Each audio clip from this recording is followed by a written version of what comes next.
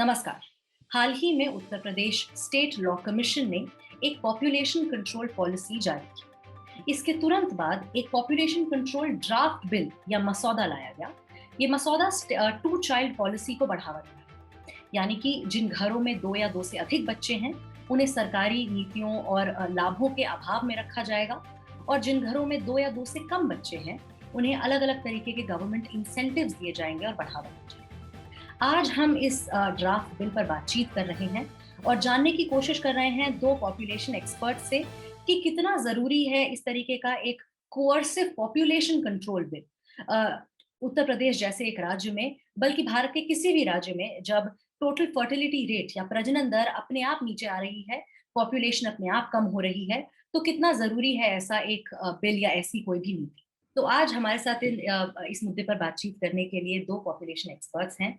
Population foundation of India की executive director Poonam मित्रेजा, जो लगभग पिछले 40 वर्षों से महिलाओं और महिलाओं के मुद्दों पर, जेंडर राइट्स, रिप्रोडक्टिव राइट्स पर काम कर रही हैं, और आलोक वाजपेयी, जो कि पॉपुलेशन फाउंडेशन ऑफ इंडिया के साथ ही काम करते हैं, पर ये उत्तर प्रदेश पर इनके एफर्ट्स काफी ज्यादा रहे हैं, और पिछले कुछ समय में ये नेशनल हेल्थ मिशन के साथ उत्तर प्रदेश में जुड़े हुए थे, और इन्होंने इसी तरीके की पॉपुलेशन पॉलिसीज को समझने की कोशिश करी है उत्तर प्रदेश के कॉन्टेक्स्ट में। Thank you so much for joining us.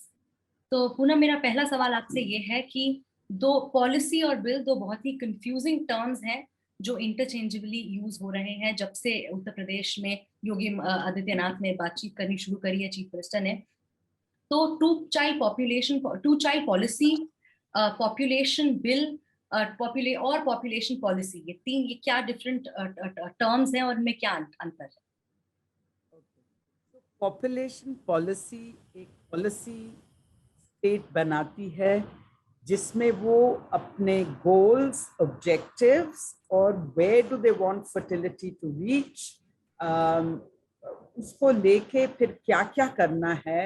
ये जो फैमिली प्लानिंग है, ये लिंक है, इसका लिंक पुरुषों से है। सिर्फ महिलाएं इसकी जिम्मेदार नहीं है कि महिलाएं बच्चे भी पैदा करें, फैमिली प्लानिंग भी वही करें, और अगर फैमिली प्लानिंग नहीं होती तो अबॉर्शन भी वो कराएं, आगे जाके बच्चों का ख्याल वो रखे। उत्तर प्रदेश की गवर्नमेंट ने एक बिल भी ला रहे हैं जिसमें वो महिलाओं के सशक्तिकरण करने के बजाय महिलाओं को और भी दुर्बल और वीक और डिस्क्रिमिनेशन उनके अगेंस्ट होगा।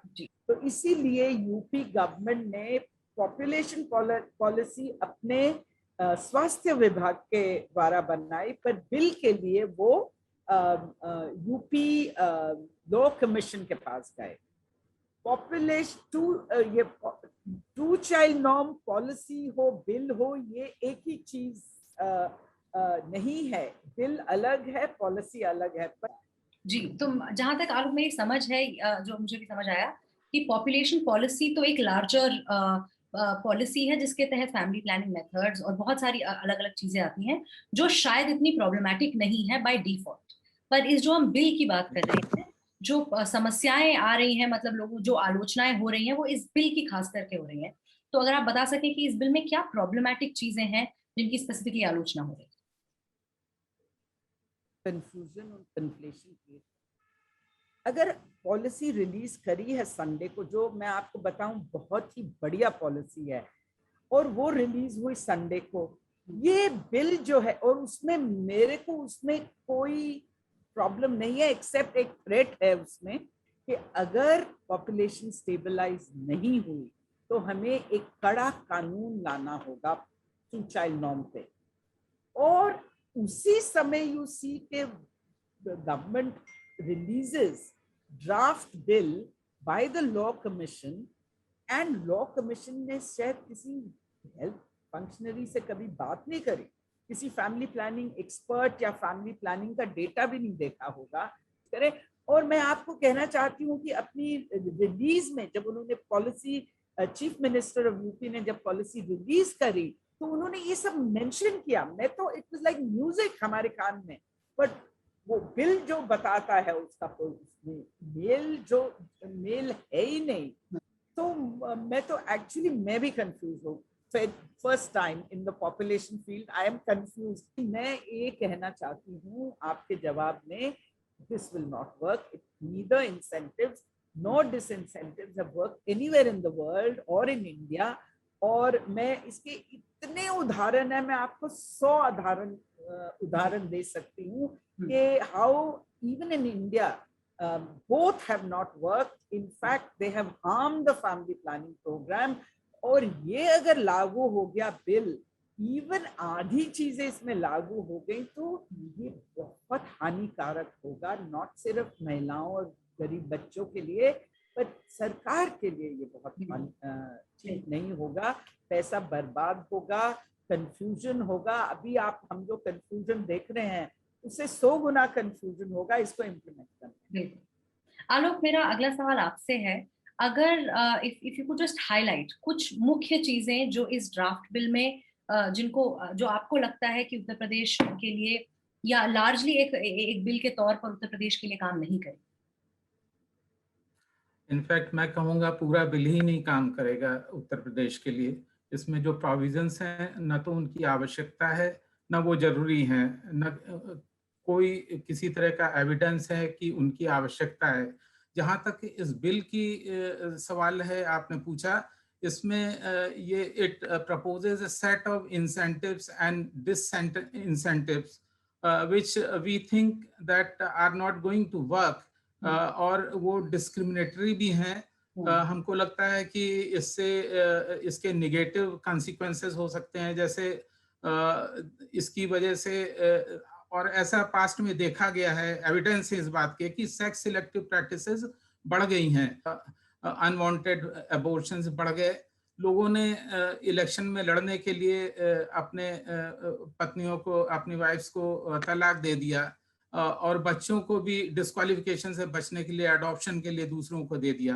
तो इस तरह के जो निगेटिव कॉन्सिक्वेंसेस उत्तर प्रदेश को भी देखने को मिल सकते हैं। दूसरा, मैं ये कहना चाहता हूँ कि इसमें कुछ प्रोविजंस हैं, जैसे मैटरनिटी लीव या पैटर्निटी लीव, तो अधिकतर महिलाएं तो इनफॉर्मल सेक्टर में काम कर रही हैं, तो वो उनको तो ये लाभ पहुंचेगा ही नहीं, क्योंकि वो इनफॉर्मल सेक्टर में काम करती हैं।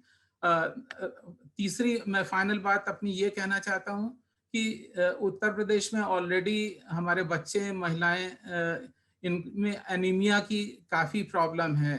अब इसमें एक प्रोविज़न है कि राशन के लिए यूनिट 4 की इन्होंने डिफाइन की है। अगर 4 लेते हैं फैमिलीज में, तो ऑलरेडी अगर 6 लोग हैं तो 2 लोगों का राशन नहीं मिलेगा। जो 4 लोगों का राशन है वो 6 लोगों में बटेगा, और उसके चलते वो उनकी न्यूट्रिशन स्टेटस बच्चों की प्रभावित हो सकती है, स्पेशली गर्ल्स की। तो मुझको लगता है ये बिल के जो डिफरेंट प्रोविजंस बिल्कुल भी जरूरी नहीं है। क्या तो कोई भी डेटा या किसी भी तरीके के तथ्य हैं जो ये परसेप्शन को इस समय सपोर्ट कर रहे हो कि मुस्लिम पॉपुलेशन इंडिया की हिंदू पॉपुलेशन को ओवरटेक करेगी? क्या ऐसे कोई भी तथ्य इस समय मौजूद है? नहीं, ऐसे कोई भी एविडेंस नहीं अवेलेबल है जिसके बेसिस पे हम कह सकें कि मुस्लिम कम्युनिटी हिंदूज को ओवरटेक कर पाएगी in next couple of decades. और जो पूनम जी ने पहले कहा कि जो पॉपुलेशन ग्रोथ रेट हमारी सेंसस के बीच में रही है वो बराबर कम हो रही है। हमारी पॉपुलेशन कम स्पीड से अब बढ़ रही है। ये चाहे हिंदू हो, चाहे मुस्लिम हो, सिख हो, ईसाई, सारी रिलीजियस ग्रुप्स में ये बराबर से कम हो रही है। इसी तरह से TFR भी सारी रिलीजियस कम्युनिटीज में कम हो रहा है।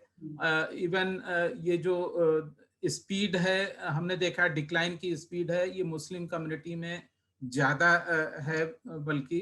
तो मैं ये कहना चाहूंगी कि कोई ऐसा डेटा नहीं है, सिर्फ मिथ्स, मिसकंसेप्शंस और परसेप्शंस। आज का जमाना ये है, it's a post truth world, और ये पोस्ट ट्रूथ वर्ल्ड में सबसे बड़ा झूठ जो लोग समझ रहे हैं वो ये है कि Muslim population is increasing very fast and while it is the opposite. मतलब लार्जली अगर देखें तो मिथ्स, मिसकंसेप्शंस की जो बातचीत हो रही है, और जब से ये बिल पर बातचीत होनी शुरू हुई है तो हिंदू मुसलमान और पॉपुलेशन के बारे में बातचीत बन गई है, इलेक्शन के बारे में बातचीत बन गई है, और जो भी परसीव्ड बिना नुआंस के जो एक परसेप्शन क्रिएट हुआ है, लोग उस पर बातचीत कर रहे हैं। हालांकि जो एक मेजर बात जो कंप्लीटली इग्नोर की जा रही है वो ये कि ऑलरेडी देश में कॉन्ट्रसेप्शन का भार जो है वो महिलाओं पर है। इंडिया स्पैन लगातार इस मुद्दे पर स्टोरीज करता रहा है कि किस तरीके से महिलाओं को एक अनफेयर बर्डन झेलना पड़ता है फैमिली प्लानिंग का, और पावर जो है उनके पास डिसीजन मेकिंग पावर या फैसले लेने की ताकत जो है वो उतनी ही कम है जितना उन पर ज्यादा भार है।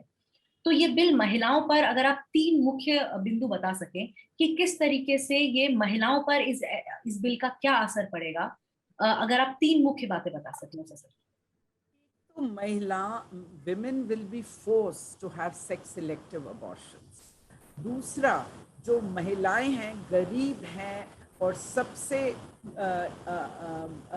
इलिटरेट हैं, किसी भी कम्युनिटी की हो, चाहे वो मुस्लिम या हिंदू कम्युनिटी की हो, उनको डिवोर्स का भी खतरा है।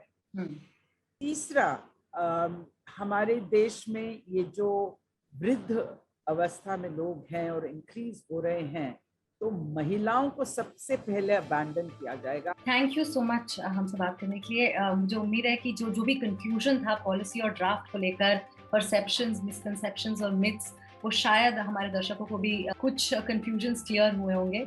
तो thank you so much Poonam और आलोक हमसे बात करने के लिए।